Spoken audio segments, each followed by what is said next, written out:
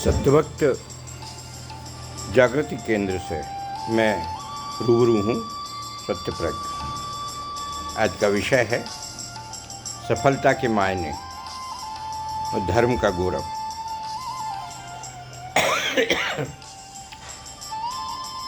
हर तरफ सारा जीवन, खास तौर से मनुष्य समाज का, सफलता के इर्द गिर्द घूमता रहता है। सफलता है क्या? परिवार में बच्चे हो गए, सब सरसब्ज हो गए, आत्मनिर्भर हो गए, बड़ा मकान हो गया, गाड़ी बंगला हो गया, खेती बाड़ी हो गई, हर तरफ फसल लहलहा रही है। यानी आर्थिक और सुविधापूर्ण जीवन की परिपूर्णता सफलता है। लौकिक मायने तो यही दिख रहा है, प्रत्यक्ष में भी समाज में यही दिखता है। राजनीतिक पद मिल गया, प्रभाव बन गया, और तो और अभी देखिए एक क्रिमिनल हैं इंडिया लेवल के, अतीक भाई, उनको लोग अमर कर रहे हैं, जबकि उन्हें मालूम है कि खुदा के बराबर कोई अमर हो ही नहीं सकता। खुदा की अवहेलना कर रहे हैं, कोई अमर नहीं है। हाँ, उनमें कुछ क्वालिटी होती, गुण होती, जैसी रसूलुल्लाह में रहे हैं, रामकृष्ण में रहे हैं, तो ज़रूर वो क्वालिटी की वजह से याद किए जाते। तो ज़रा सोचिए, सफलता एक मानसिक खुराक है।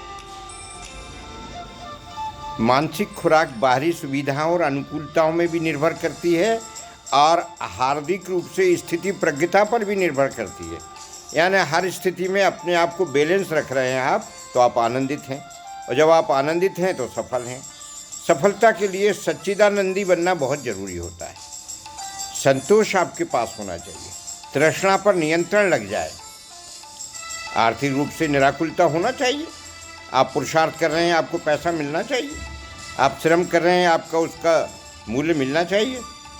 समाज में बहुत सारे चालाक या धूर्त लोग मेहनतकश लोगों का श्रम हड़प लेते हैं, उनका शोषण करते हैं।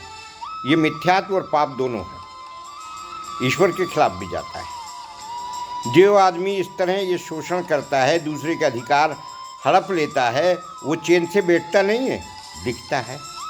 हम उसे बाहरी सुविधा, बाहरी वैभव से सफल मानते हैं, अंदर से उसके पास संतोष नहीं होता, उसे नींद नहीं आती है, उसे सही से भूख नहीं लगती, और भी सही इच्छाएं होती हैं जो उसकी सही ढंग से काम नहीं करती हैं।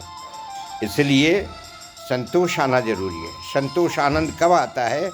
जब आपके कार्य सद्वृत्ति की हों, सही दिशा में काम कर रहे हों, और हर तरह से आप प्रफुल्लित मन से रहते हों, सहकार आप में हो, एतवार आप में हो, प्यार आप में हो, तो जीवन भी बहार बन जाएगा, आनंदित हो जाएगा।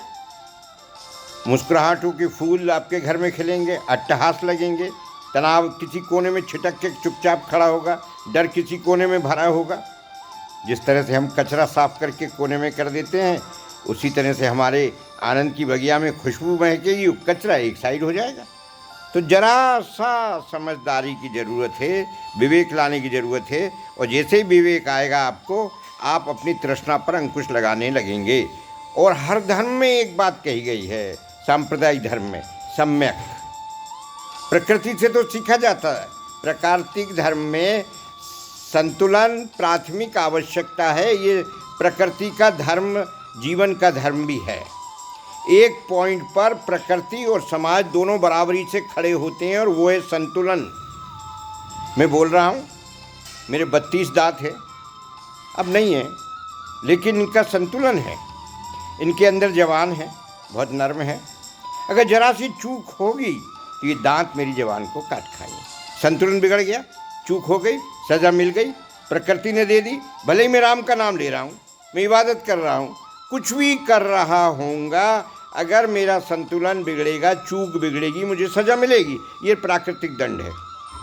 अब सामाजिक क्या है कि मैं व्यक्ति हूँ, मैंने अनुभव किया, दर्द बहुत हो रहा है, मैं उधर ध्यान नहीं ले जा रहा।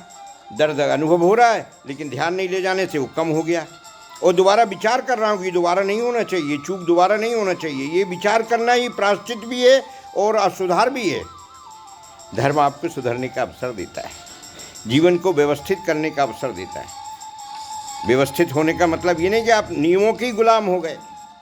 साहब मुझे 6 बजे ही चाय चाहिए, ठीक है, 6 बजे आपको सुविधापूर्ण है, घर में बन जाती, कभी ना बने तो कोई बात नहीं, ये कोई बात नहीं। चलो चलता है। अच्छा ऐसा हुआ, कोई बात नहीं, ठीक है, जो मिल गया सो ठीक है, होना तो ऐसा चाहिए था, नहीं हुआ तो कोई ठीक नहीं, कल कर लेंगे। ये विषय को जहाँ पे संघर्ष के कारण होते हैं टालना बहुत बड़ी कला होती है। तो आज का विषय था सफलता, और सफलता चेहरे से देखी जाएगी, कितना संतोष है उस व्यक्ति को। हाय हाय में तो नहीं लगा, पद पैसा प्रतिष्ठा वैभव इनकी हाय हाय में लगा, कुछ आकर्षण के प्यार में लगे रहते हैं। जो यथार्थ प्राकृतिक प्यार होता है वो जो है कभी भी कम नहीं होता। इसलिए हमें ये ध्यान रखना चाहिए कि हम प्राकृतिक प्यार को हमेशा ही सामाजिक प्यार में बदलें। सामाजिक प्यार नियंत्रण में चलता है, प्राकृतिक प्यार चूँकि सही होता है इसलिए उसे नियंत्रण की आवश्यकता नहीं होती। प्राकृतिक प्यार ईश्वर की छाया होती है। अगर वो महसूस करने की, एहसास करने की क्षमता अगर आप में नहीं है तो आप तो देहधारी पशु भी नहीं हैं। तो प्रत्येक प्राणी को मेरा निवेदन है कि सफलता को वो समझे। सफलता बाहरी वैभव इकट्ठा करना नहीं है, आर्थिक रूप से निश्चिंतता रहना चाहिए। वही समाज सरकार दोनों का काम है कि व्यक्ति आर्थिक रूप से निश्चिंत रहे, उसकी सुविधाएं उसे पूरी होती रहें, उसे काम करने के अवसर मिलते रहें।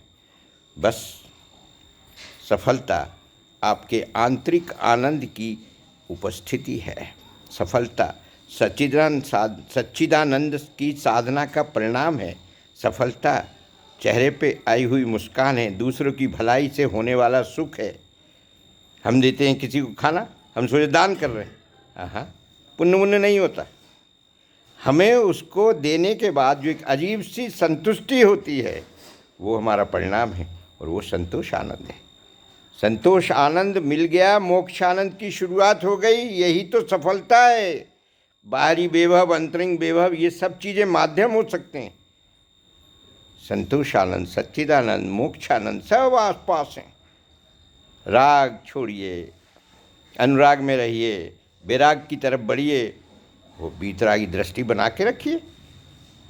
समाज में जब तक पूर्ण बीतरागिता तो आए नहीं, बहुत कुछ आ जाएगी।